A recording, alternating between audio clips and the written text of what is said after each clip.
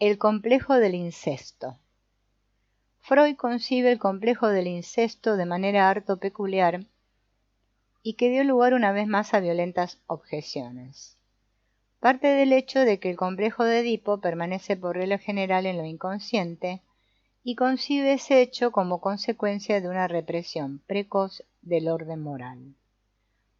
Tal vez no me expresé muy correctamente si reproduzco la teoría freudiana con dichas palabras. Sin embargo, según la manera de ver del maestro Vienés, el complejo de Edipo parece como reprimido, esto es, como desterrado al inconsciente a raíz de una reacción de las tendencias conscientes, de modo que casi parece como si el complejo de Edipo solo emergiera a la conciencia cuando el desarrollo del niño no se opone a obstáculo alguno y ninguna tendencia civilizadora influye en él. Freud denomina a este obstáculo que impide precisamente esta plena realización del complejo de Edipo la barrera del incesto. Freud se imagina, en la medida en que no sea posible concluir a base de sus manifestaciones, que la barrera del incesto sobra de una experiencia retroactiva o de una corrección por la realidad, puesto que el afán del inconsciente busca una satisfacción ilimitada e inmediata, con indiferencia respecto a otras personas. Este modo de ver es idéntico al de Schopenhauer acerca del egoísmo de la voluntad ciega, tan potente que una persona sería capaz de matar a su hermano tan solo para poder lustrarse las botas con el botín de éste. Freud supone que la barrera psicológica del incesto por él postulada podría ser comparada a aquellas prohibiciones del incesto que encontramos ya en los salvajes muy poco organizados. Supone además que estas prohibiciones son una prueba del hecho de que el incesto se quiera llevar a cabo verdadera y seriamente, por lo cual hay que estructurar leyes prohibitivas en los estados más primitivos de la civilización. Se imagina el creador del psicoanálisis que la tendencia hacia el incesto es pues un deseo sexual completamente concreto, ya que denomina a este complejo el complejo medular por excelencia de la neurosis, y está dispuesto a reducir a él más o menos toda la psicología de la neurosis, así como otros muchos fenómenos del sector intelectual. La etiología de la neurosis. Con esta nueva opinión profesada por Freud, volvemos otra vez al problema de la etiología de las neurosis.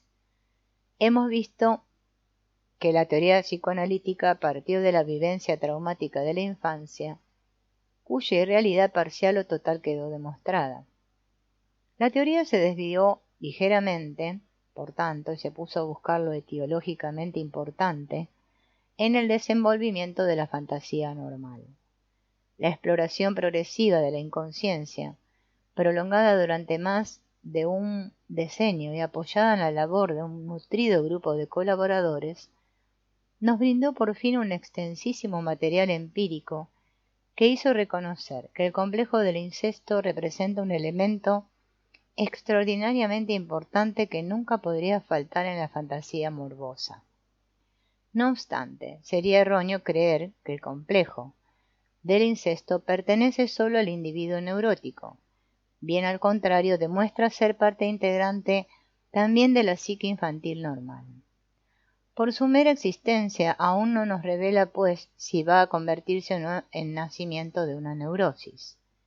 Para que pueda llegar a ser patógeno, necesita su conflicto. Esto quiere decir que su complejo en sí ineficaz debe ser avivado para producir un conflicto. Con ello tropezamos ahora con un problema nuevo y muy importante. Si el complejo medular infantil no es más que una forma general y en sí patógena, que necesita por tanto una actividad especial, tal como lo hemos llegado a reconocer en nuestras consideraciones anteriores, entonces todo el problema etiológico se desplaza. Bajo estas circunstancias sería vano escrutar en los recuerdos de la primera infancia porque ella tan solo nos aporta las formas más generales de los conflictos mismos. El hecho de que la infancia tenga ya a su vez conflictos no cambia en absoluto la situación, puesto que los conflictos infantiles son muy diferentes de los conflictos de las personas mayores. Aquellas personas en quienes existe una neurosis crónica ya desde la infancia no presentan tampoco los mismos conflictos de aquel entonces. La neurosis había podido producirse al tener que ingresar el niño en la escuela. En aquel entonces se trataba de un conflicto entre la dulzura mimada y el deber de la vida, esto es, entre el amor a los padres y la obligada escolaridad. Pero hoy el conflicto se produce entre los goces de una existencia burguesa muy cómoda y las exigencias severas de la vida profesional. Es tan solo una apariencia que los dos conflictos sean idénticos. Ocurre lo mismo que cuando los alemanes de las guerras de independencia quieren compararse con los antiguos germanos que se habían alzado también contra el yugo romano. Me parece que lo mejor sería ilustrar el desarrollo ulterior de la teoría psicoanalítica con el ejemplo de aquella dama cuya historia ya es conocida. Como aún se recordará, hemos llegado a la conclusión de que el susto causado por los caballos condujo en la aclaración anamnésica al recuerdo de una escena análoga ocurrida en la infancia, ejemplo mediante el cual discutimos la teoría del trauma. Hemos visto que el elemento patológico por excelencia tiene que ser buscado sin duda en la fantasía hipertrofiada, la cual es oriunda de cierto retraso en el desenvolvimiento psicosexual. Ahora se trata de aplicar los puntos de vista teóricos hasta aquí elaborados para que lleguemos a comprender cómo aquella vivencia ha podido formar una constelación precisamente en aquel momento y con tanta eficacia. El método más sencillo que nos proporciona la explicación de aquel acontecimiento nocturno consiste en la detallada interrogación sobre las circunstancias de tal momento. Primero me informé de las personas que acompañaban a la señora en cuestión en el momento de la aventura. Y supe que conocía a un señor joven con el cual pensaba casarse, le quería y confiaba en que podían ser muy felices. Fuera de esto, no se descubre por ahora nada interesante. Sin embargo, nuestra exploración no debe dejarse desanimar por una falta de hallazgos, cuando la interrogación no es sino superficial. Existen vías indirectas que nos sirven cuando la vía directa no es practicable. Volvemos, por tanto, otra vez a aquel extraño instante en que la señora se puso a correr delante de los caballos. Nos informamos ante todo acerca de sus acompañantes y del motivo que les había reunido en el banquete del cual salían en aquel momento preciso. Resulta que se trataba de una despedida a su mejor amiga, que estaba a punto de partir para curar su nerviosismo en el balneario extranjero, en donde se proponía permanecer mucho tiempo. Dicha amiga está casada y, según se nos dice muy felizmente, tiene además un hijo. En cuanto a la pretendida felicidad, no será permitido dudar de ella, puesto que, si así fuera, aquella señora no tendría entonces motivos para estar nerviosa y tener que ir a curarse. Formulando preguntas de otro orden, me enteré de que la enferma fue llevada otra vez después del accidente a casa de dicha amiga, ya que ésta residía en el lugar más cercano. Allí fue recibida hospitalariamente, rendida como estaba por el marido. Al llegar a este punto de su narración, interrumpióse la enferma, turbóse y pareció muy cohibida. Intentó cambiar el tema de la conversación. Se trataba aquí manifiestamente de una reminiscencia desagradable para ella, que resurgió súbitamente a raíz de mis preguntas. Tras la superación de muy tercas resistencias, descubrióse que durante la noche en cuestión había pasado algo muy importante. Su amable huésped, marido de su amiga, le había hecho una ardiente declaración de amor, a raíz de la cual se produjo una situación que era difícil y molesta, en virtud de la ausencia de la señora de la casa. Según ella pretende, dicha declaración de amor cayó sobre ella como caería un relámpago de un cielo sereno. Sin embargo, una mínima dosis de crítica que empleáramos en este asunto nos enseñaría que tales cosas nunca suelen caer inesperadamente de las nubes. sino que tienen siempre un peculiar histórico previo. La labor del análisis en las semanas siguientes consistía pues en excavar trozo por trozo toda una larga historia de amores, hasta que apareciera aclarado todo el cuadro del conjunto, que podríamos resumir de la siguiente manera. Durante su infancia, nuestra enferma era harto pueril. Solo gustaba de salvajes juegos de niños, burlándose de su propio sexo y rehuyendo toda clase de ocupaciones y hábitos femeninos. Después de la fase puberal, en la que el problema erótico lo hubiera podido acosar más, empezó a rehuir toda sociedad y odiaba y despreciaba cuanto le hacía recordar, aunque no fuera más que lejanamente, el papel sexual asignado por la naturaleza. Vivía en un mundo de fantasías que nada tenía que ver con la verdadera realidad. Así, hasta los 24 años, rehuyó todas las pequeñas aventuras, esperanzas y jugueteos que suelen ocupar a esa edad la vida interior de una mujer. Sin embargo, en ese momento conoció al mismo tiempo a dos muchachos que se proponían penetrar en su seno de espinos. El señor A era el marido de su entonces mejor amiga. El señor B era un amigo de este aún soltero. Ambos le gustaban a ella. Sin embargo, parecióle muy pronto como si el señor B le gustara muchísimo más, y por consiguiente sobrevino muy rápidamente una relación con grandes franquezas entre ella y el señor B, y se hablaba ya de la posibilidad de unos esponsales.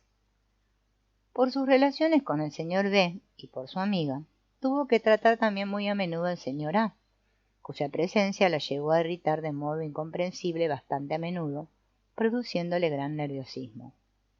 En esta época, la enferma tomó parte en un gran acto de sociedad. Estaban presentes también sus amigos. Ella quedó sumergida en pensamientos y jugaba soñadora con su anillo, que súbitamente llegó a deslizarse entre sus manos y cayó debajo de la mesa. Ambos señores se inclinaron para buscarlo, y fue el señor B quien lo encontró primero. Le puso otra vez el anillo en el dedo con una sonrisa muy significativa, diciendo: «Ya sabe usted lo que esto quiere decir». Entonces se apoderó de ella un sentimiento extraño, irresistible. Se quitó el anillo del dedo con violencia y lo tiró por la ventana abierta.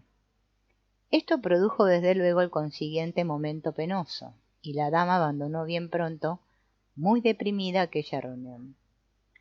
Después, la mal llamada casualidad quiso que ella pasara el verano en un balneario, donde veraneaban también los señores de A. La señora de A empezó ya entonces a presentar visibles síntomas de nerviosismo, a consecuencia de lo cual quedóse más a menudo en casa, alegando estar indispuesta. La enferma estuvo, pues, en condiciones de ir de paseo a solas con el señor A. Una vez salieron a remar en una embarcación pequeña. Ella mostróse desbordadamente alegre y de repente cayó por la borda. El señor A solo la pudo salvar a duras penas, ya que ella no sabía nadar, y la acostó medio desmayada en la embarcación. Con ese motivo la besó por primera vez. Con esta aventura novelesca quedó sellada su amistad. Para tener un pretexto así, ante sí misma, la enferma insistió en la necesidad de llegar a ser cuanto antes la prometida del señor B, y convencióse cada día más de que en realidad amaba a este señor. Este juego extraño no pudo escapar, desde luego, a los siempre despiertos celos femeninos de la amiga. La señora A se dio instintivamente cuenta de lo acaecido y se torturó a consecuencia de ello, lo que llegó a aumentar su nerviosismo. Un día pareció ya de ineludible necesidad una prolongada estancia de la señora A en un balneario extranjero con fines curativos. Ahora bien, con el banquete de despedida se presentó la posibilidad de un peligro. Nuestra enferma sabía perfectamente que su amiga y rival tenía que salir de viaje aquella misma noche y que el señor A quedaba solo en casa. No llegó a pensar con claridad y con mucha consecuencia en esta posibilidad, ya que hay mujeres que poseen la notable capacidad de pensar, no de modo intelectual, sino afectivamente, logrando así que ellas mismas crean no haber pensado nunca determinadas cosas. De todas maneras, toda aquella noche se sentía en un extraño estado de ánimo. Sentíase sobremanera nerviosa y después de que todos acompañaron a la estación a la señora A, el estado crepuscular histérico se presentó en el camino en aquel preciso momento, cuando oía aproximarse los caballos. Contestóme que tan solo tuvo una sensación terrible de que aquello se aproximaba cada vez más y de que ella no podía apartarse. La consecuencia fue la que el lector ya sabe, que fuese llevada completamente rendida a casa de su huésped de aquella noche, señora. Esta coincidencia queda muy clara ante todo buen sentido común, todo profano diría. Bien, esto muy comprensible. La buena mujer solo quería aprovechar la ocasión de llegar a ser noche en casa del señor A, de cualquier manera que fuese. Sin embargo, el científico podría reprochar en tal caso, con justa razón, una incorrección en el modo de expresarse y objetarle que los motivos de sus actos eran completamente inconscientes para la misma enferma y que por tanto no se podría hablar de una intención de ir a casa del señor A.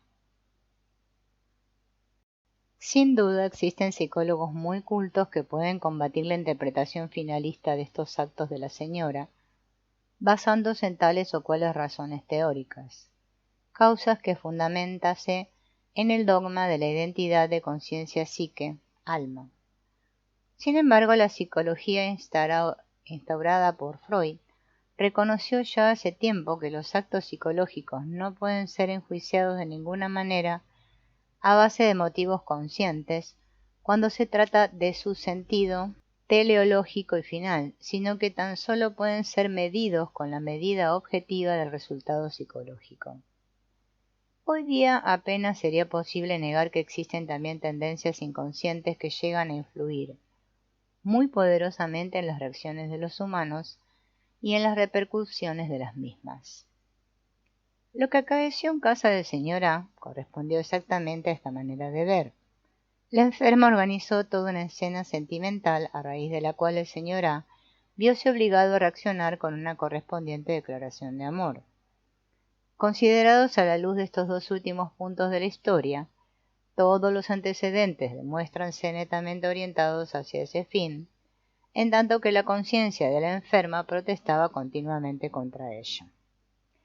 La conclusión teórica que podemos sacar de esta historia consiste en el reconocimiento clarísimo del papel de una intención o tendencia inconsciente en la escenificación del susto ante los caballos, no sin la utilización, probablemente, de aquel recuerdo infantil en el cual los caballos se precipitan irremisiblemente hacia la catástrofe. Considerada a la luz de todo el material de que disponemos ahora, la escena de los caballos, comienzo de esta historia, nos parece como la última piedra colocada encima de un edificio construido con grandes precauciones. El gran susto y la eficacia aparentemente traumática de la vivencia infantil no están sino escenificados, aunque de una manera especial que caracteriza a la histeria, a saber, que lo meramente escenificado aparece casi como si fuera la misma realidad. Sabemos, tras la experiencia de varios centenares de casos, que hasta diversos dolores histéricos están solo escenificados para lograr determinadas finalidades en las personas que rodean a los enfermos. No por esto dichos dolores son reales. No solo ocurre que los enfermos crean tener aquellos dolores, sino que dichos dolores son tan reales desde el punto de vista psicológico como los que se deben a causas orgánicas. Y a pesar de esto, están fingidos y escenificados. Regresión de la libido. Esta utilización de reminiscencias con vistas a una escena de enfermedad o de toda una etiología aparente se llama regresión de la libido. La libido vuelve sobre determinados recuerdos y los activa, de modo que de esta manera aparenta la existencia de una etiología. Según la teoría inicial del traumatismo, podría parecer en nuestro caso como si el hecho de asustarse ante los caballos se fundamentara tan solo en el antiguo traumatismo. La analogía existente entre ambas escenas es innegable, y el susto de la enferma aparece en ambos casos como completamente real.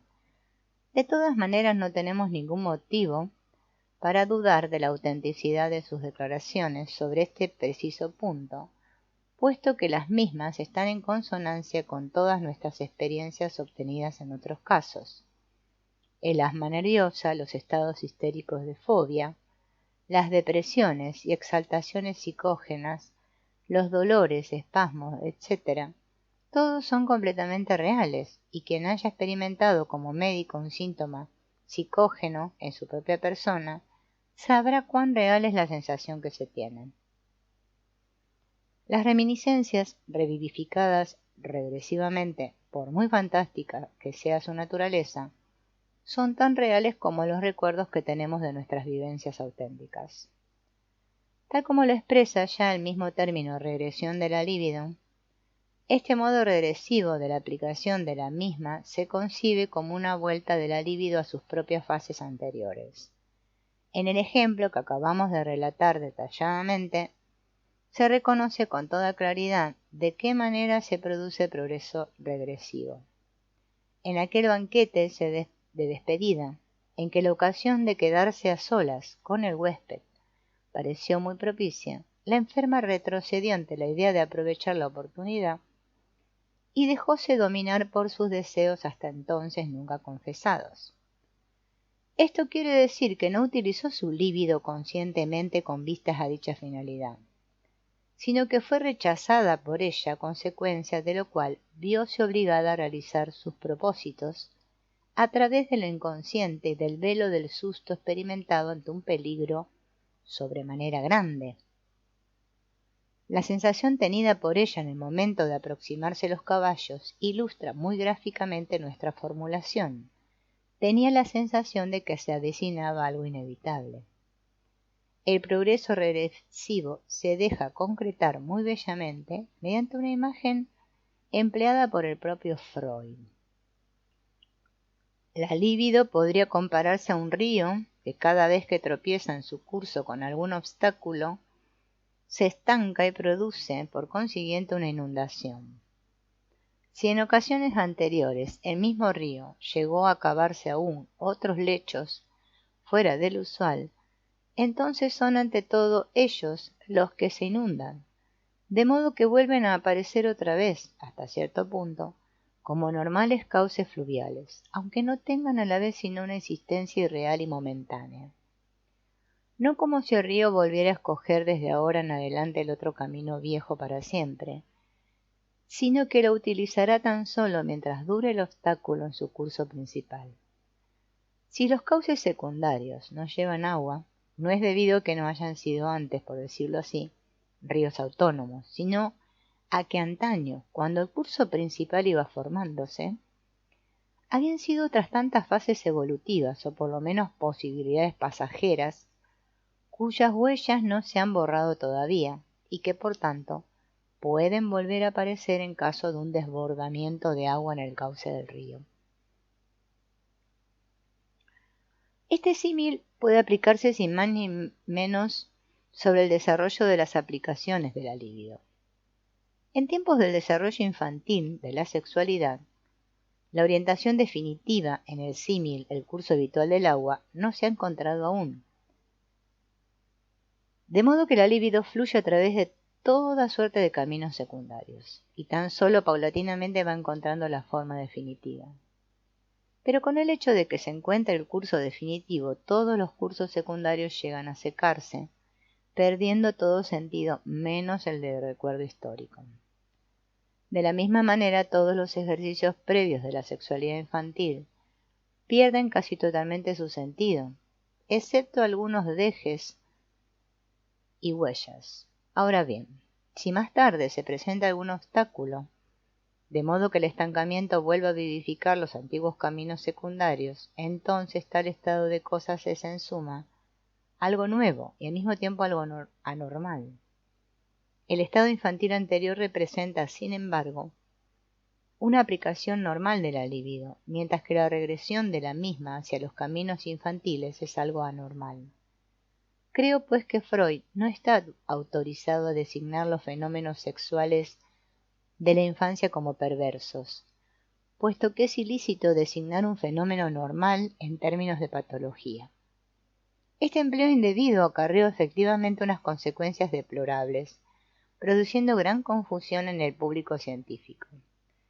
Tales denominaciones no son sino aplicaciones retroactivas sobre normales a base de resultados obtenidos en neuróticos, hasta cierto punto bajo la suposición previa de que el camino secundario anormal, descubierto en la persona neurótica, sigue siendo el mismo fenómeno que ha sido en el niño.